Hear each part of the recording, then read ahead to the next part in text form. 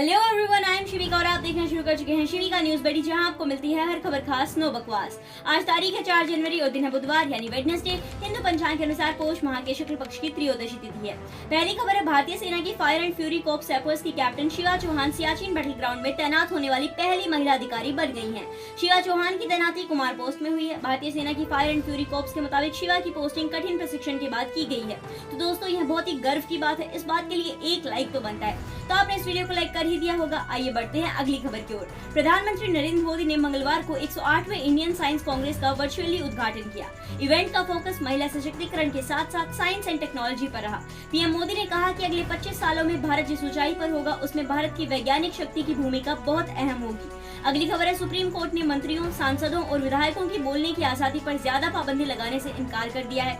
मंगलवार को supreme court में 5 जजों की बेंच ने कहा कि इसके लिए पहले से ही संविधान के आर्टिकल 19(2) में जरूरी प्रावधान मौजूद है। कोर्ट ने कहा कि किसी की भी आपत्तिजनक बयान के लिए उसे जारी करने वाले मंत्री को ही जिम्मेदार माना जाना चाहिए। इसके लिए सरकार जिम्मेदार नहीं होनी चाहिए। अगली खबर देखिए, भारतीय मूल की जूली मैथ्यू लगातार दूसरी बार संयुक्त राज्य अमेरिका में फोर्ट बेंड काउंटी कोर्ट में न्यायाधीश के रूप में चुनी गई हैं। वह मूल रूप से केरल की तिरुवल्ला की रहने वाली हैं। जूली मैथ्यू केरल के एक गांव के स्कूल में पढ़ाई छोड़कर अपने माता पिता के साथ अमेरिका चली गई। उनका कहना है कि वह कभी भी वकील या जज नहीं बनना चाहती थी। वहीं अगली खबर है, केंद्रीय गृह मंत्रालय ने लद्दाख की भौगोलिक स्थिति और सामरिक महत्व को देखते हुए इसकी अद्वितीय संस्कृति और भाषा की रक्षा के उपायों पर चर्चा करने के लिए सोमवार को एक उच्च अधिकारी प्राप्त समिति का गठन किया। यह समिति लद्दाख में लोगों के अधिकारों की रक्षा और संस्कृति को बचाने को लेकर अधिकारियों के साथ मंथन करेगी। विशेषज्ञों ने भारत सरकार के इस कदम को महत्वपूर्ण माना है, क्योंकि लद्दाख को एक अलग केंद्र शासित प्रदेश के रूप में बनाने के बाद से ही लद्दाखी लोग अपने अधिकारों की रक्षा के लिए प्रदर्शन कर रहे थे।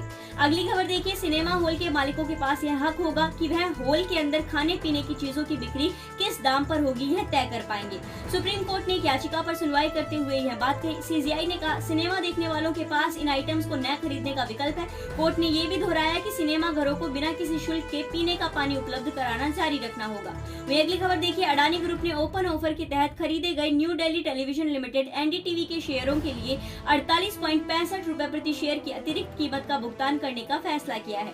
दरअसल 30 दिसंबर को अडानी ग्रुप ने एनडीटीवी के फाउंडर और प्रोमोटर प्रणय रॉय और राधिका रॉय से 342.65 रुपए प्रति शेयर के हिसाब से मीडिया फर्म की 27.26% हिस्सेदारी खरीदी थी, जबकि ओपन ऑफर में खरीदी गई हिस्सेदारी का भाव 294 रुपए प्रति शेयर था। अगली खबर है, भारतीय शराफा बाजार में सोने और चांदी के दाम में तेजी देखने को मिली।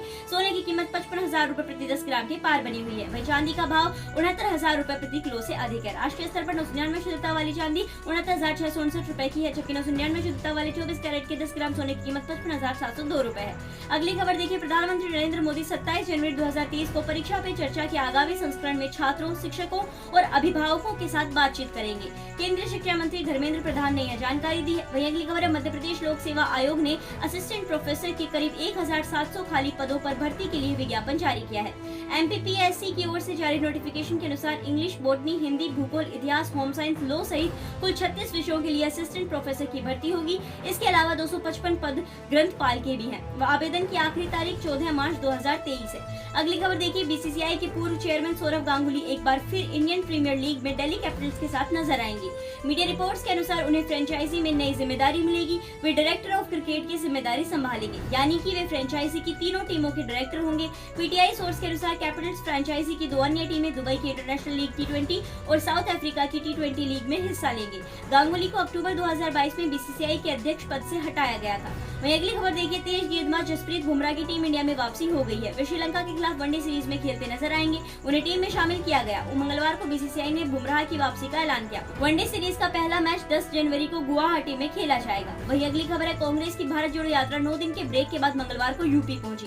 गाजियाबाद में प्रियंका गांधी ने भाई राहुल गांधी का गर्मजोशी से स्वागत किया। प्रियंका के कंधे पर हाथ रखकर राहुल गांधी आगे बढ़ते दिखे। लोनी बॉर्डर पर बने मंच पर राहुल और प्रियंका एक साथ नजर आए।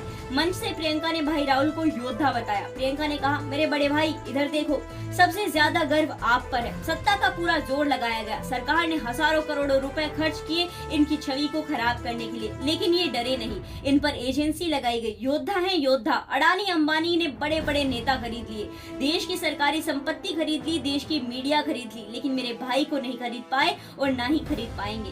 वहीं अगली खबर है, अरुणाचल प्रदेश में भारत और चीन के बीच हुई झड़प के बाद रक्षा मंत्री राजनाथ सिंह पहली बार राज्य के दौरे पर हैं। यहाँ सियांग में मंगलवार को राजनाथ सिंह ने कहा कि भारत युद्ध नहीं नहीं चाहता है, लेकिन अगर हम पर युद्ध थोपा जाता है तो हम हर चुनौती और हर स्थिति से निपटने को तैयार है। वे यहाँ सीमा सड़क संगठन की ओर से बनाए सियोम पुल का उद्घाटन करने पहुंचे थे। अगली खबर देखिए, पिछले 24 घंटों के दौरान तटीय आंध्र प्रदेश, लक्षद्वीप और बिहार और अंडमान और निकोबार द्वीप समूह के कुछ इलाकों में हल्की बारिश हुई। उत्तरी राजस्थान में एक या दो स्थानों पर शीतलहर से लेकर भीषण शीतलहर की स्थिति देखी गई। पंजाब और हिमाचल प्रदेश के कुछ हिस्सों में शीतलहर चली। उत्तर प्रदेश, बिहार, पंजाब और दक्षिण पश्चिमी हरियाणा के कुछ हिस्सों में कोल्ड डे से लेकर गंभीर कोल्ड डे की स्थिति रही। पंजाब, हरियाणा, उत्तर प्रदेश, पश्चिमी राजस्थान और उत्तर मध्य प्रदेश के एक या दो स्थानों पर बहुत घना कोहरा छाया रहा। पूर्वी मध्य प्रदेश, पूर्वी राजस्थान और त्रिपुरा के एक या दो जगहों पर घना कोहरा छाया रहा। अगले 24 घंटों के दौरान आंध्र प्रदेश, तटीय तमिलनाडु और अंडमान निकोबार द्वीप समूह में हल्की बारिश संभव है। उत्तरी राजस्थान और हरियाणा के कुछ हिस्सों में कुछ स्थानों पर शीतलहर से लेकर गंभीर शीतलहर की स्थिति हो सकती है। पंजाब और हिमाचल प्रदेश के कुछ हिस्सों में शीतलहर चल सकती है। उत्तर प्रदेश, बिहार, पंजाब और हरियाणा के कुछ हिस्सों में कोल्ड डे से लेकर अत्यधिक कोल्ड डे की स्थिति संभव है। पंजाब, हरियाणा, उत्तर प्रदेश और उत्तर पश्चिमी राजस्थान के कुछ हिस्सों में बहुत घना कोहरा छा सकता है।